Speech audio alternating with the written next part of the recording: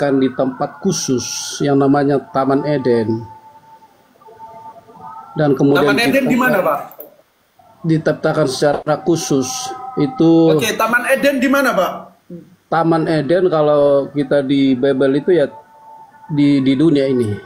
Oh, di dunia. Jadi manusia di dari sekitar- dunia turun ke dunia gitu ya.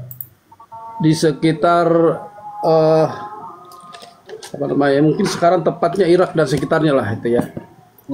Datanya mana, Pak? Kejadian pasal 2 Kejadian 2. di Oke. sana disebutkan ya.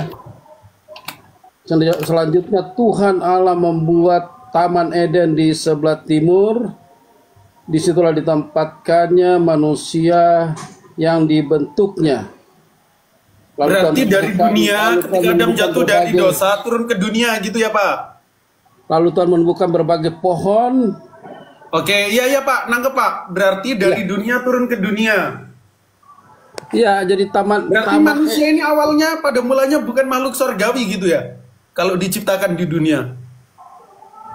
Ya, jadi begini, kalau makhluk surgawi itu kan bukan berarti tinggal di surga kan, tapi yang Oh, menciptakan. kata siapa Pak? Ya. Jadi kalau kita Berarti manusia bukan makhluk surgawi dong? Karena manusia pada purbakala mulanya ya, itu jadi sudah ada di dunia, terus diturunkan ke dunia. harus dimaknai bahwa Dunia keberapa Pak Taman Eden itu? manusia di Taman Eden itu dalam arti bahwa bumi ada sekarang belum seperti bumi yang kita bayangkan hari ini. Bumi yang kita tempati hari ini itu adalah bumi yang sudah rusak. Berarti dari Yang bumi merusak. turun ke bumi gitu. Betul. Yang merusak pun manusia. Maka setelah manusia manusia Pak, menjatuh dalam pertanyaanku dosa, gini. ya, Oke. Kan Adam turun dari Taman Eden, betul? Setelah dia memakan buah pengetahuan karena ingkarnya terhadap perintah Allah, betul?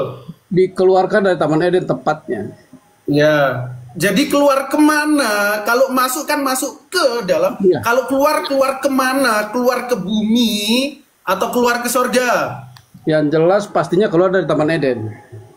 Keluar dari Taman Eden. Taman Eden Iya. di mana, Pak? Ya sekali lagi Taman Eden itu begini ya, saya katakan ya. Waduh, Pak Handi, Bang Handi Celebes, bising. Ayo. Jadi ada sungai yang mengalir dari Eden. Jadi itu berarti kalau sungai itu berarti kan pasti di dunia. Ada sungainya, ada pohonnya, ada tanamannya. Iya, Ada keluar tanam- kan? Keluar Iya. ke Ya. dari bumi Oke. keluar ke bumi gitu. Oke, ya saya bacakan bagaimana keluarnya. Kejadian pasal 3 ayat yang ke-23. Lalu Tuhan Allah mengusir dia dari Taman Eden supaya ia mengusahakan tanah dari mana ia diambil. Oke, udah Pak, jangan ke situ Pak, karena kita udah dapat poinnya, udah nggak apa-apa, nggak Oke. perlu diterangkan bahwa dalam keimanan Bapak, Taman Eden itu ada di bumi Ada dan di bumi. Adam dikeluarkan dari bumi.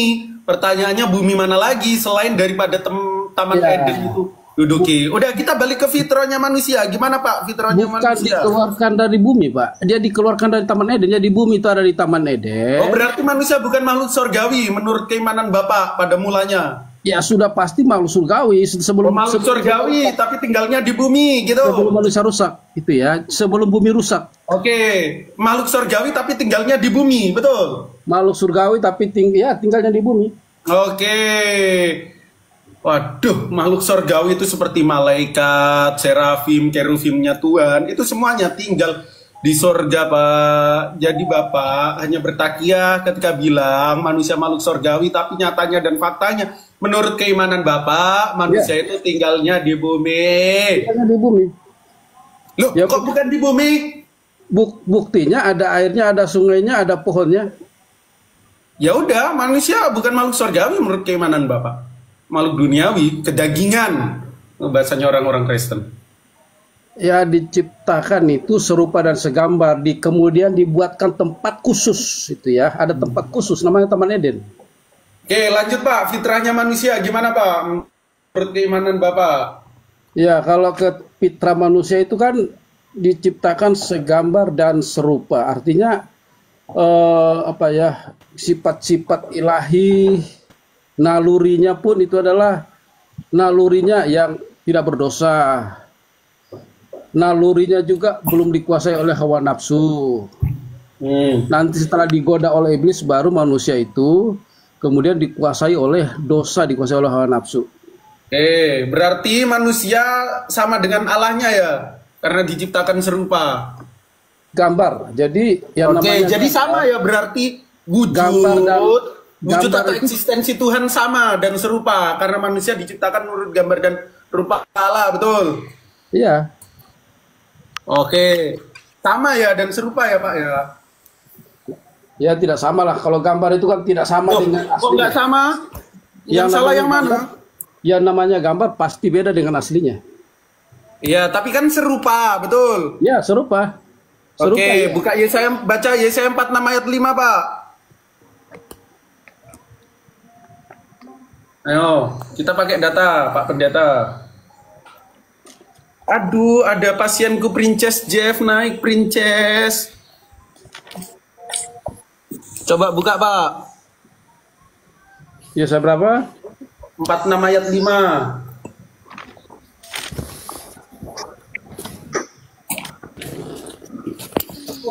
Bentar, sebelum ke Pak Pendeta, ini ada Pazki sama Eri. Oh, Krai, Tolis, Nes. Ya, selamat malam. Oh, Kristen ya. Selamat malam, host. Yo, malam. Kripto. Bang Handi, Nois, Bang Handi. Oh, Pak Kripto, iya. Ya. Tahu kalau Pak Kripto tahu. Tahu benar. Ya. Ayo baca, Bentar, ya. Pak. Kepada siapakah kamu hendak menyamakan aku, hendak membandingkan dan mengumpamakan aku sehingga kami sama. Jadi Allah sama manusia sama atau serupa enggak? Sama dan tidak sama. Dalam arti kan Sama dan tidak sama, saudara. segambar. Yang salah yang mana, Pak? Ayo. Saya akan bacakan dalilnya bahwa manusia itu telah sama seperti ada kesamaan ya. Coba lihat di Kejadian pasal yang ke-3 ayat yang ke-22. Berarti Yesaya 46 ayat 5 salah dong. Kita ke Yesaya 46 ayat 5 dulu biar dapat poinnya. Ya, Menurut saya- Bapak, Allah sama manusia sama dan serupa tidak? Saya mau sampaikan samanya di mana ya. Coba saya baca dulu ya. Oke. Berfirmanlah Tuhan Allah, sesungguhnya manusia itu telah menjadi sama, menjadi salah satu dari kita. Tahu tentang yang baik dan yang jahat. Maka sekarang, jangan sampai ia mengulurkan tangannya dan mengambil ulah dari buah pohon kehidupan itu dan memakannya. Itu ya, jadi sudah sama dalam arti bahwa manusia pun sudah bisa mengenal yang baik dan yang jahat. Jadi intinya sama atau tidak, Pak? Ada samanya, ada sama dan ada tidak. Ada samanya. Kita baca Yesaya Dalam arti bahwa 46 manusia ayat itu 5 dulu, Pak. Ntar aku bukain ayatnya. Wah, ayatnya jelas loh, Pak. Bapak mengingkari, Bapak nggak percaya kalau itu firman Tuhan. Gimana Pak Pendeta ini? Ya, dan bandingkan itu kan, ya. Kalau misalnya yang beda itu adalah Allah itu maha kuasa, manusia tidak maha kuasa, tapi manusia juga berkuasa. Hanya bedanya manusia tidak maha kuasa, Allah maha kuasa. Allah maha suci. Ini Pak ayatnya Allah jelas ya Pak ya. Allah Bentar kita bacain dulu. Ya. Biar dikira nggak ngibul. Kepada siapakah kamu hendak menyamakan aku, hendak membandingkan dan mengumpamakan aku, sehingga kami sama. Tapi kata Tuhan di sini nggak sama, tapi kata Bapak sama. Gimana tuh? Ya. Yang pasti manusia terbatas. Iya, Allah Pak. terbatas. Dalam hal misalnya Jadi Allah intinya maha sama atau enggak? mengetahui. Manusia sama Tuhan. Allah maha mengetahui, manusia terbatas pengetahuan. 100% Bisa tidak mengetahui, gitu. tapi terbatas. Pengetahuan terbatas. Manusia Berarti bisa 100% sama, 100% tidak. ya bukan dikatakan 100% tidak 100%. Jadi Manusia adalah kesimpulannya, gambaran. standpoint Jadi- Bapak gini. Standpoint Bapak terhadap fitrah manusia dan eksistensi Tuhan itu seperti apa? Sama atau tidak? Woi, noise banget nih siapa? Kalau eksistensinya sudah pasti tidak sama. Eksistensinya tidak sama. Lalu yang sama apanya? Eksistensinya di surga, manusia eksistensinya di bumi. Lalu yang sama apanya? Kita Bapak yang bilang, Pak. Bukan Goldian. Makanya saya bilang, tadi Bapak bacakan di saya bacakan di Kejadian, ya kan? Berarti Dalam bertentangan salah kita Bapak. Satu sama lain bertentangan, betul? Tidak bertentangan itu. Loh, kok tidak bertentangan? Di satu dikatakan tidak sama, tapi yang Bapak di putih, sana jangan dibandingkan. sama gimana? Nah, makanya saya bilang, kan narasinya begini. Allah Maha Tahu kan? Benar kan? Setuju tidak Allah Maha Tahu? Oh, kalau menurut kita Bapak, saya bisa tunjukkan Allah tidak Maha Tahu. Allah Maha Tahu. Oke, kita buktikan. Manusia tidak Menurut Maha Tahu. keimanan saya Allah Maha Tahu. Allah Tapi Maha menurut keimanan Kuasa, Bapak enggak manusia tidak Maha masalahnya. Kuasa. Tapi manusia bisa berkuasa juga. Hanya tidak Maha Kuasa. Host, kelihatannya serius banget tuh host.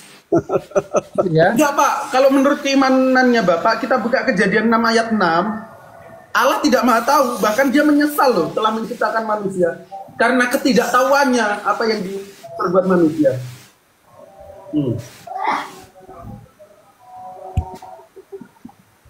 Jadi sama Pak, sifat-sifat Allah dan sifat-sifat Allah dalam keimanan Bapak. Coba Yesaya 46 ayat 6. Kejadian 6 ayat 6. Di sini dikatakan, maka menyesalah Tuhan bahwa ia telah menjadikan manusia di bumi. Jadi Tuhan Bapak, kalau dalam konsep keimanan Bapak tidak Maha Tahu, bahkan dia sempat menyesali apa yang dia kehendaki. Karena dia tidak tahu apa yang dilakukan manusia ke depannya. Bibel Bapak yang bilang. Begini, Mas Dolian. Oh iya, silakan. Kalau masalah itu ayat yang mengatakan bahwa menyesalah Tuhan itu sebenarnya bukan berarti Tuhan tidak tahu dengan apa yang akan terjadi ke depannya. Kayaknya Akang noise banget deh. Atau siapa ini? Oh bukan di mute. Saya nggak noise bang. Oh Pak Metanonya. Bentar aku mute dulu. Nah, ayo lanjut. Jadi kalau menyesal menurut saya itu artinya karena kita dalam kepercayaan iman kita diberikan kehendak bebas dalam artian kita diberikan pikiran, hati, segala macam itu untuk kita gunakan, baik itu hal yang baik itu karena kita punya kehendak, begitu bang. Lalu maksud Tuhan menyesal seperti apa? Jadi karena begini, perilaku manusia itu banyak yang menyimpang. Jadi seperti ibaratnya kamu sebagai seorang ayah mendidik anakmu, tetapi anakmu itu malah berperilaku tidak seperti apa yang kamu anjurkan. Intinya menyesalnya Tuhan itu diartikan sebagai apa? Ayatnya jelas, Tuhan menyesal menciptakan manusia yang ada di bumi. Iya. Jadi kalau abang menerjemahkan secara lurus, abang juga bisa salah loh. LAI yang bilang, bukan Goldian. Enggak, bukan hanya LAI itu memang udah isi. Yang bilang LAI Pak, LAI. Memang udah kitabnya. Memang udah isi kitabnya begitu. Berarti benar Tuhan menyesal, betul. Itulah isinya, kan abangnya baca. Iya, isinya Tuhan menyesal, Tuhan Bapak. Karena ketidakmahatauan itu sehingga membuat dia menyesal telah menciptakan manusia di bumi, betul. Kalau bisa mengenai apa yang abangnya awalnya tanyain sama Bang siapa Metan siapa nih? Pak Pendeta Metanonya. Yang sebelumnya itu bagaimana tadi yang abang tanyakan ke dia? Saya kurang paham soalnya. Fitrah manusia. Tadi Pak Pendeta Metanonya nyenggol tentang fitrah manusia. Katanya fitrah manusia itu sama dengan Allah karena diciptakan sama dan serupa. Kejadian 1 ayat 26. Tetapi faktanya Tuhan sendiri mengelak keserupaannya dia dengan makhluknya. Ada di Yesaya 46 ayat 5. Lalu Pak Metanonya coba menjelaskan yang mengarah kepada intisari bahwa Tuhan paus ya Pak Alumni, paus. Sama dan 100% tidak sama. Gimana tuh? Begini Bang, kalau mengenai apa, saya lebih setuju kalau Tuhan menciptakan manusia itu menurut gambar dan rupanya dia. Berarti Berarti rupanya Tuhan sama macam kita, betul? Itu isi Alkitabnya. Lah ya betul, rupanya Tuhan sama macam kita, betul? Iya. Waduh. Bentar, maklum nih si Goldian weh. Bere Lalu. paus. Loh, aku udah dikasih THR Bang Alum nih. Oh ya udah lu. Tanya lagi Oh, aja. parah lu. Lanjut kita ngobrol dulu, Bang. Oke. Lalu Ini si Golin botol sekali ya. Ini bicara apa yang tadi tentang alam menyesal. Jeb, yang sopan Jeb, bahasanya yang sopan ya. Kok Bahasanya. belum giliran diperiksa dokter akal. Tunggu dulu, Jeff. Nanti giliranmu. Sabar ya, sabar. Ini aku lagi mengoperasi para pasien gue. Silakan Bang Peki. Gimana Bang Peki? lantas masalahnya ketika Allah menciptakan kita ini seperti rupanya Dia, yang menjadi masalah buat abang itu apa? Menjadi masalah Bang ketika hakikat Tuhan yang maha kuasa, maha segala maha, yang jelas berbeda dengan makhluknya, itu dibikin sama dan serupa dengan makhluk. Oleh karenanya Tuhan menegasi kepercayaan abang ketika menganggap dia sama dan serupa. Ada di Yesaya 46 ayat 5. Itu menjadi masalah ketika nalar kritis kita mencoba berpikir bagaimana Tuhan bisa sama dengan makhluk. Kencingmu terlalu jauh, Bang. Karena di situ nggak pernah dikatakan Tuhan menciptakan manusia berkuasa sama seperti Dia, nggak ada, percuma. Kejadian 1 ayat 26, rupa Tuhan sama seperti rupa makhluk, betul? Iya, cuma rupa. Berarti ketika Tuhan Bukan seperti maha kuasa. Tuhan abang seperti saya, betul? Sama, bro. Oke, Tuhan abang sama seperti saya, betul? Rupanya wajah gitu. Kan udah dibilang kalau kamu seperti kamu manusia, rupamu seperti itu, ya rupa Tuhan seperti itu. Lalu kenapa Anda menyalahkan saya ketika saya sekarang percaya? Bukan saya yang menyalahkan saudara, tetapi Alkitab saudara mengingkari keimanan bahwa saudara percaya bahwa Tuhan saudara sama dengan makhluk. Jangan di-mute. Gue tanya aja jenis kelaminnya apa, kalau sama gitu aja udah. Oke. Jangan di-mute, Coba aku jawab. mic-nya. Enggak, Bang Handi tadi noise Bang Handi. Tadi noise banget Bang Andi, jelek. Saudara, coba dijawab pertanyaan Bang Andi. Nah, ini ya, kalau biar seimbang, Bang Goldian kan tidak sepakat kalau Allah itu menciptakan manusia serupa dan segambar. Bibel abang yang tidak sepakat. Menurut Anda harusnya seperti apa? Manusia itu diciptakan harusnya seperti apa? Ya ketika sang sumber itu menciptakan manusia, harusnya manusia yang sifatnya itu diciptakan ngelakuin dia berbeda dengan sang sumber itu. Gini Bang Goldian. Bentar Bang Handi perangkatnya. Bang Handi perangkatnya dibenerin dulu, itu noise banget Bang Handi. Coba Bang kabel sound cardnya itu noise banget. Bang Goldian, gini ya, itu kan dari Taurat ya, dari Taurat. Ya, dari kitab abang. Dari mana asal usul kamu diciptakan oleh Allahmu kalau bukan dari ayat itu? Coba itu dijawab pertanyaan Bang Handi dulu, Bang Peki, saudara. Saya tanya kamu, saya mainkan logikamu sekarang. Oke, let's do it. Kalau memang kamu gak percaya bahwa Allah menciptakan kamu serupa dengan Allah, lalu kamu itu diciptakan seperti apa? Dari apa? Di mana dalilmu? Kalau bukan dalil dari itu. Oke, jadi menurut pemahaman Yahudi dalam Misnah, dalam pengertian tradisi rabbinik, ketika Kejadian 1 ayat 26 itu disalahartikan atau diselewengkan maknanya oleh orang Kristen agar Tuhannya itu bisa seperti manusia, mereka menganggap bahwa Tuhan menciptakan manusia sesuai gambar yang Dia buat, by design yang Dia buat. Contoh, saya akan membuat rumah dengan desain saya. Nah, desain saya itu akan menjadi manifestasi rumah yang saya buat. Sama seperti Tuhan, baiklah marilah kita menciptakan manusia menurut our design, menurut desain kami. Allah mendesain. Itu ayatnya, bro. Rupa, maka jadilah manusia seperti itu. Jangan diartikan sesuai gambar dan rupa Allah. Menurut tradisi rabbinik tidak seperti itu. Makanya baca...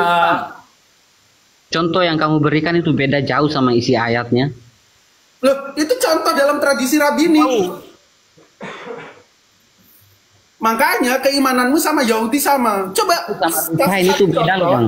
kasih satu contoh ulama Yahudi yang menganggap bahwa manusia itu rupanya sama dengan Tuhan. Peki, coba. Iya. Ada nggak? Enggak, saya cuma itu aja. Kalau abangnya menentang ayat ini berarti abang sudah jauh melenceng. Bahkan Bibelmu yang nantang, bukan Yesaya 46 ayat 5. bukan kamu Kan saya, saudara, Bibelmu yang bilang. kamu menantang Gini. Anggaplah manusia sama Tuhan sama, serupa. Maaf, aku mau nerusin pertanyaan Bang Andi. Kelamin Tuhan saudara apa? Kelamin Tuhan saudara apa? sekarang. Yang jelas laki-laki lah. Oh, Tuhan saudara laki-laki. Benar, saudara. Oh, Itu iya. benar. Kamu Kok tahu, terkesan diskriminatif banget? Kenapa Tuhan saudara kok nggak perempuan gitu? kamu pernah dengar gak ayat Alkitab yang mengatakan begini? Ketika Yesus akan naik ke surga, dia bilang begini, segala kuasa telah diberikan kepadaku di surga dan di bumi. Berarti Tuhan saudara berkelamin laki-laki, betul? Menurut metanoia. Ketika Yesus mengatakan segala kuasa di surga dan di bumi sudah diberikan kepada Yesus, apa artinya itu menurut kamu? Jika dia yang sudah berkuasa di bumi dan di surga, lalu kamu yang ada di bumi Mana ini, kekuasaan Yesus di bumi ketika Yesus mengajar? lah katanya nabinya. Yesus di bawah kekuasaan Raja Herodes, di mana letak dia berkuasa? Ayo, tetot. Not. Yesus berkuasa bukan kerajaan dunia, kerajaan surga dia 1 berkuasa. Korintus 8. Oh, kerajaan sorga, kerajaan dunia dia tidak berkuasa. Bentar, teman-teman Kristen kan di sini ada 1, 2, Di bumi 3, dan di 4, surga 5 dia nih, berkuasa. 6. Bentar. Saya sendiri Goldian, menghadapi bentar, Gol. banyak orang Kristen, nggak apa-apa. Bentar, Gol, bentar. Ini kan ada 6 orang Kristennya, satu-satu ya, satu-satu biar nanti kena poinnya. Kalau misalkan semuanya ikut nimbrung ya susah nanti siapa yang mau didengar. Nah, sekarang Pak Bahas Kris, agama orang lain. Saranku semuanya maju, nggak apa-apa. Tadi Saya ada ngobrol sama Bang. kesimpulan. Bentar, bahas saya agama mau orang lain. merangkum. Bang Martin kalau nggak mau diskusi turun aja Bang Martin. Kan ini lagi diskusi. Iya kan Anda so pintar bahas ini Alkitab. Oleh lagi Nanti diskusi loh. Nanti Oke, gini, Bang iya, kalau Golian. nanti kalau orang lanjut Kristen ngobrol, ngomong Bang. tentang kitab kalian nanti lapor polisi ya. Yo, tanya aja. Orang Bang Kristen Golian naik, gini ya. belajar ke Goldian sepuasnya. Gini. Aku mau menyimpulkan Namanya sedikit. diskusi, tidak berbeda pendapat itu biasa. Makanya kan itu kan pandangan kita, iman kita. Nah sekarang kalau mereka tidak setuju, saudara kita tidak setuju dengan itu, ya silahkan coba dideskripsikan menurut Pak Goldin, manusia diciptakan oleh Allah itu seperti apa menurut pandangan Bapak. Jangan menyerang keyakinan kami. Jadi Allah mendesain manusia. Satu-satu Lalu dia aja kok bilang, kalau seperti ngomong. manifestasi kebenaran. Kan lu Goldian, ini muslim cuma satu, lu gantian ngomong lu. Gantian lah siapa gitu loh. Oke gini Bang ya, lanjut dulu sama Bang Golian. Saya Oke. lanjut. Semuanya nggak apa-apa. Nggak, aku cuma pengen ngobrol sama kamu aja dulu sebentar. Jadi begini Bang, mengenai ayat yang saya bilang tadi, ketika Yesus mengatakan segala kuasa di surga dan di bumi sudah diberikan kepadaku, itu kata Yesus ya. Makanya sekarang saya ingin bertanya sama Abang. Abang kan imani Yesus ini sebagai nabi, ya. Nah, kamu sekarang yang tahu dia adalah nabi, ketika dia mengatakan seperti itu apa yang kamu pikirkan? Itu aja saya mau tanya. Oke, sebelum mengarah ke situ, di mana kekuasaan Yesus di bumi? Sekarang pertanyaan saya lagi. Nabi- Belum. Kita selesaikan satu soalan dulu. Ketika abang Nabi itu klaim, dipercaya sabar dulu. banyak Abang ngomong saya jalan di diam. atas air, menyembuhkan orang buta, menyembuhkan orang penyakit sakit kusta segala macam kan banyak. Itu kok berkuasa nggak itu? Ya, buka Kisah Para Rasul 3 ayat 13. Ayat 2, Kisah Para Rasul 2 ayat 22. Ini bukan soal menghafal, saudara, tapi logikanya sekarang kita perlu. Iya apa isinya? Kayak seperti Oke, kita buka. minta dulu apa dulu? Menurut kamu ketika manusia bisa berjalan di atas air itu berkuasa nggak? Mukjizat. Ini. Coba baca ya. Jadi jangan takiyah kalau diskusi sama Goldian susah. Hai orang-orang Israel, dengarkanlah perkataan ini. Yang aku maksudkan ialah Yesus dari Nazaret, seorang yang telah ditentukan Allah dan yang dinyatakan kepadamu dengan kekuatan-kekuatan dan mukjizat-mukjizat dan tanda-tanda yang dilakukan oleh Allah dengan perantara Dia di tengah-tengah kamu. Jadi klaim kamu Yesus berjalan di atas air, Yesus membagikan 5.000 roti, Yesus menghidupkan orang mati, itu mukjizat yang Yohanes 10:30 baca. Kepada Dia. Kisah 30 baca. Baca Yohanes 10:30 baca. Aku dan Bapa adalah satu. Nah tuh. Seperti apa? Bukannya Satu keilahian, makanya kamu Oke, paham. baca Bukannya- Yohanes 17 ayat 21. Nah, sebentar dulu mengenai kisah para rasul, bukannya Bang Goldian itu menolak Paulus ya? Kok kata-kata Paulus dipakai? Kata-kata Petrus itu bukan kata-kata Paulus. Waduh. Kok nggak tahu? Itu khotbah Pentakostanya Petrus loh. Gimana kok jadi kata-kata Paulus? Oten belajar lagi.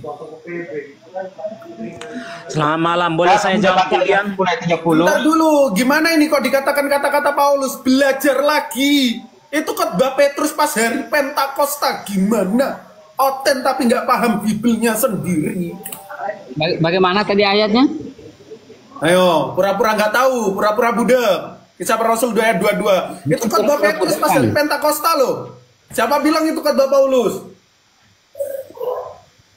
Karena keseringan kalian itu menolak Paulus, tapi Itu khotbah Petrus. Siapa bilang kata Paulus? Ini lo Pentakosta, lihat. begini. Sejak kapan kisah para Rasul 2 ayat 22 itu khotbah Paulus? sekarang begini. Itu khotbah Pentakostanya Rasul Petrus. Sekarang Mana tuh Bibelmu sendiri tak paham? Belajar lagi. sekarang begini, Bro. Kata Paulus sama Petrus itu, ayo. Sekarang siapa Petrus? Sekarang saya tanya. Siapa Petrus? Siapa Petrus? Enggak, akui dulu itu kata-kata Petrus atau Paulus. Petrus. Sekarang saya Akui tanya kamu. dulu itu kata-kata Petrus atau Paulus. Iya, kata-kata Itu kata-kata Petrus. Mungkin mereka nggak Oke, tahu. Jadi minta itu maaf kata-kata Peki ke Petrus. Goldian. Maaf Goldian, saya salah, minta maaf dulu. Keliruan itu wajar, Bang. Tapi kan Oke, harus ada salah ya hal. berarti ya. Itu adalah kata-kata 5-0. Petrus, ya kan? Oke. Terus itu adalah kata-kata Petrus. Masalahnya apa di situ? Masalahnya di Bilang pengusahaan kata-kata Paulus, gimana Pak Metanonya? Pas sudah diluluskan itu kata-kata Petrus. Oh ya, udah salah berarti. Jadi Ya. ketika Princess Jeff bilang menunjukkan kuasa Yesus seperti dia berjalan di atas air. Ya, jauh dari salah ngomong. Menyembuhkan orang kusta, mengusir setan. Itu semua mukjizat. Yang mana Allah memilih Yesus dan Yesus Tapi tetap dikasih aja, Bang. mukjizat menurut Kamu itu Rasul mengutip kata-kata Petrus. seseorang pendiri Kristen loh. Tetap saja kamu mengutip pendiri Kristen. Goldian, Kata-kata bisa pendiri nggak Kristen. Pendiri Kristen baca siapa? itu dengan benar, Goldian? Paulus. Bentar, Bang. Bentar, Bang Pak Jaki. Bisa nggak Goldian kamu membaca nama aku dengan benar? Kenapa Jeff? Panggil aku Jeff aja, Prince. Princess. Kurang ajar kok. Aku dari dulu manggil Princess Jeff. Coba dibuka mute-nya. Karena kamu kan pasienku. Aku suka sama Princess. Manggil Jeff aja, kurang ajar kau. Loh kok kurang ajar, kan namanya Princess Jeff di akun itu. Kok salah saya? Yaudah kau sekarang sama aku aja. Oke, silakan Ya, Princess Jeff. Sebentar dulu Bang Jeff. Sebentar. Oh, dulu. iya. Princess R, Iya, silakan Ratu Jeff. Dia baru Silakan. nyadar kalau dari dulu aku panggil Princess Jeff. Oke, lanjut. Siapa tadi? Pak Peki. Halo, Bunda Nora. Assalamualaikum. Nah, begini Bang. Waalaikumsalam warahmatullahi wabarakatuh. Silakan. Bentar Bang, abang kan Kristen berlima nih, santai ya satu-satu ya biar tertib ya. Iya. Antri aja antri, kayak antri sembako gitu loh, antri satu-satu ya. Ini ada Ibu Gembala, ada Bapak Uskup. Jadi harus hormati ya. Silakan.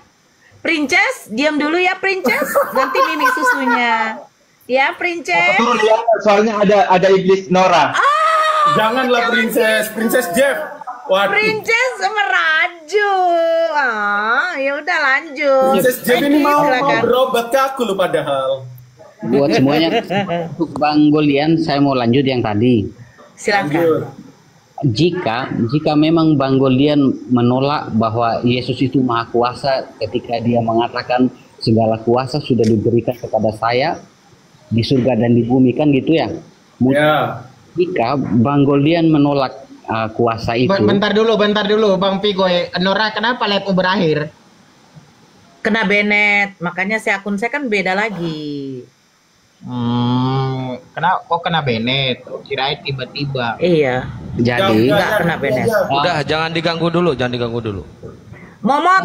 kuasa yang bagaimana itu yang didapatkan oleh Yesus di surga dan di bumi? Aku jawab. Jika Jadi gini. bukan sebagai. Oke, aku jawab Peki. Belajar di sini.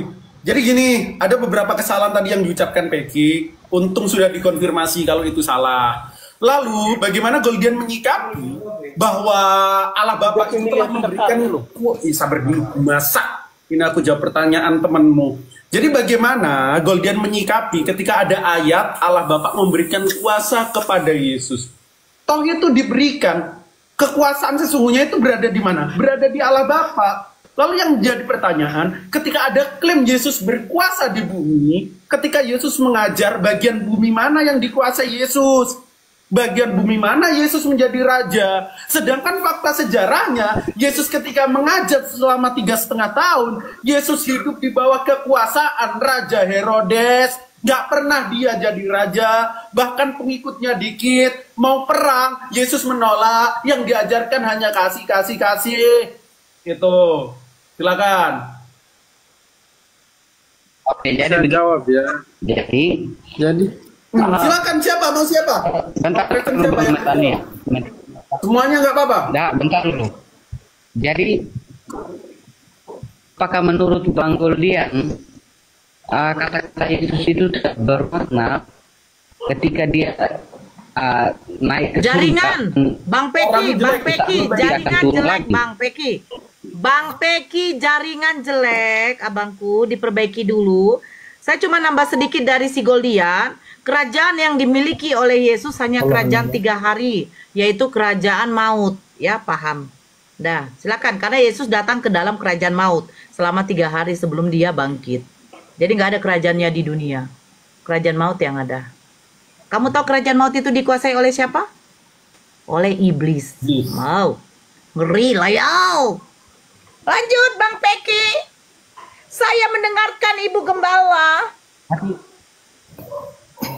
Tapi buktinya Yesus bangkit. Jangan bilang buktinya, kan Anda katakan dia memiliki kerajaan. Saya kasih tahu, yes, Yesus memiliki kerajaan di dunia selama 3 hari saja, yaitu kerajaan maut. Kerajaan maut yang kita tahu itu berisi hanyalah iblis-iblis. Jadi, apakah Yesus turun dalam kerajaan iblis dan dia bertemu dengan iblis? My God, silakan lanjut sama Goldian. Gimana itu Bro Peki? Agak susah memang ya kita. Saya boleh saya menjawab? Silakan, semua Kristen boleh menghadapi Goldian. Kalau satu-satu. Yohanes 10 ayat yang ke-17 ya. Yohanes 10. Ini bukan soal 5 lawan 1, Bang. Oke, Yohanes 10 ayat berapa? Yohanes bentar ya. Aku berkuasa mengambil dan memberikannya waktu. Ya. Terus. Oke, ayat 67 ya, saya bacakan. Dan aku memberikan hidup yang kekal. Aku memberikan hidup yang kekal kepada mereka dan mereka pasti tidak akan binasa sampai selama-lamanya. Dan seorang pun tidak akan merebut mereka dari tanganku. Bapakku yang memberikan mereka kepadaku lebih besar daripada siapapun, dan seorang pun tidak dapat merebut mereka dari tangan Bapa. Oke. Siapa yang memberikan? Kalau tadi bilang Nora hanya berkuasa untuk berapa hari tadi? Hanya berkuasa untuk berapa hari tadi? Ngomongnya 3 hari. Ini ayatnya berkata untuk selama-lamanya. Bagaimana Anda menentang itu? Coba saya bacakan lagi ya. Silakan Bang Goldian. Dan aku memberikan hidup yang kekal kepada mereka dan mereka pasti tidak akan binasa sampai selama-lamanya. Bukan hanya 3 hari loh. Baca yang lengkap ayatnya, baca yang lengkap. Kuasa itu atas kehendak siapa? Ya. Nah makanya Yesus dan Bapa tidak bisa dipisahkan. Yesus dan Bapa tidak bisa Coba baca yang lengkap, kuasa itu atas kehendak siapa? Dia berkata aku datang dari Allah. Gini, jika ia katakan dia, jika tidak katakan tidak. Kita biasakan diskusi kalau yang ada jujur. kata-kata Kuasa itu atas kehendak siapa? Ya, benar kehendak Bapa. Tapi itu menentukan Yesus mampu berkehendak enggak? Benar. Itu jadi Yesus artinya bahwa berkehendak antara dan Bapaknya itu satu kehendak, satu rencana. Oke, jadi Yesus berkehendak tidak? Oh, dia sepenuhnya dalam kehendak Bapa. Oh iya, berarti Yesus kehendak Bapa. Paus. Dia melakukan apapun yang dikehendaki oleh Bapa. Itu sebabnya Bapa dan dia itulah satu. Jadi Yesus bisa berkehendak sendiri nggak melalui dirinya sendiri? Dia kan iya dong. Yesus berkehendak. Jadi gini. Dalam posisi dia, dalam posisi Yesus sebagai manusia, apapun yang dilakukan oleh Yesus itu adalah kehendak Bapa dan sebaliknya. Kehendak Bapa. Oke, kehendak Bapa kan, bukan kehendak. Apapun dilakukan oleh Yesus itu adalah kehendak Bapa. Berarti Tuhanmu nggak bisa berkehendak melalui dirinya apapun sendiri. yang dilakukan oleh Yesus itu adalah kehendak Bapa. Oke. Tuhanmu nggak bisa berkehendak melalui dirinya sendiri. Antara dia dan Bapaknya adalah satu. The simple question. Bentar, diam dulu. Gantian. Pertanyaan simple, ini jawab. Jangan kemana-mana. Yesus bisa nggak berkehendak melalui dirinya sendiri? Coba. Yesus itu sepenuhnya dari Allah. Jadi apapun yang dilakukan itu sepenuhnya kehendak Allah. Melalui dirinya sendiri. Ya tidak bisa. Nggak bisa. Yohanes 5:30. Keberadaan Yesus itu sepenuhnya adalah kehendak Allah. Adekku, Meta, Yohanes 5:30, aku tidak dapat berbuat apa-apa dari diriku sendiri. Ya sudah salah itu. Itu sebabnya berarti dia bukan Tuhan karena dia tidak bisa berkehendak sendiri. Dia harus menuruti. Sebentar dulu, Meta.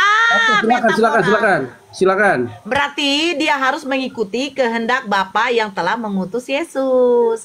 Di sini berarti menjabarkan Yesus adalah seorang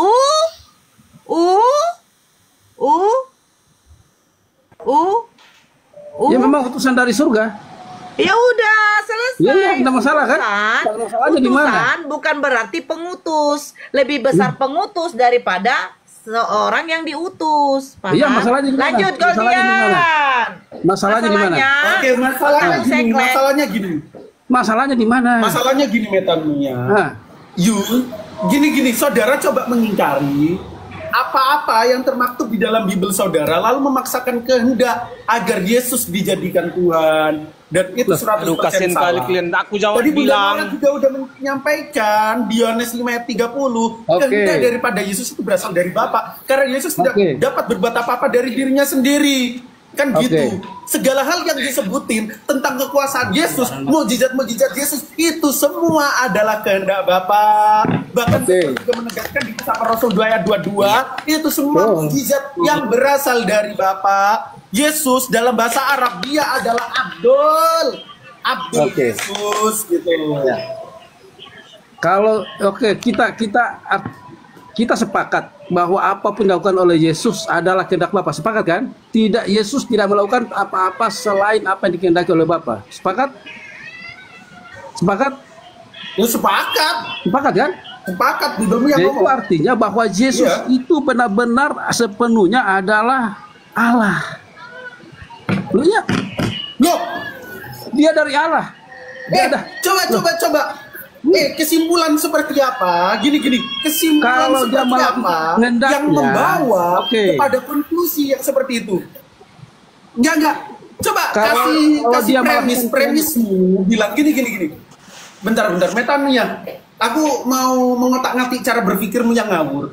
Premismu bilang kita semua sepakat bahwa segala kehendak Yesus itu berasal dari Allah. Tidak ada perselisihan di antara ini. Tiba-tiba kesimpulan dari premis yang diucapkan mengarah Yesus adalah Allah. Cara berpikirmu coba diperbaiki. Itu artinya bahwa dia sebagai interpretasi, dia mewakili keilahian ada di dunia ini. Loh, kok interpretasi? Tahu nggak interpretasi dia itu menginterpretasikan apa? Interpretasi emang apa? Ini tuh kehadirannya di dunia ini tuh sepenuhnya mewakili interpretasi itu apa?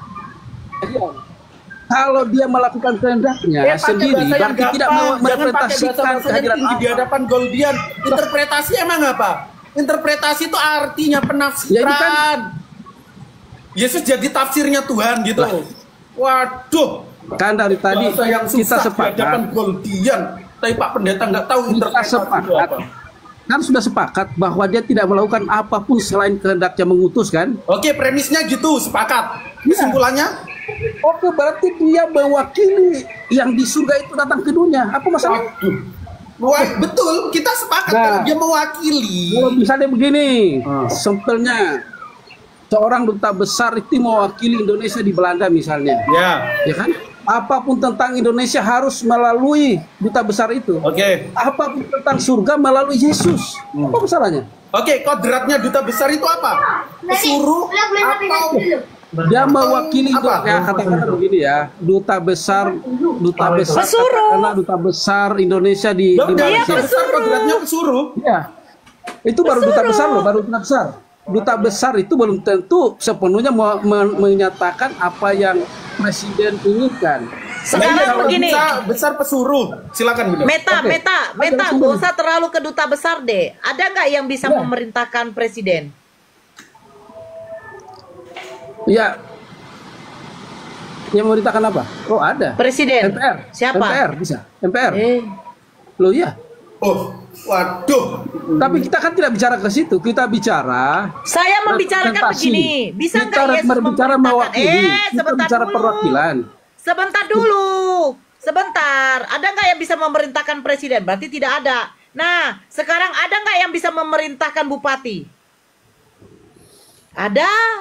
Ada. Ya. Karena bupati itu apakah setingkat dengan presiden derajatnya?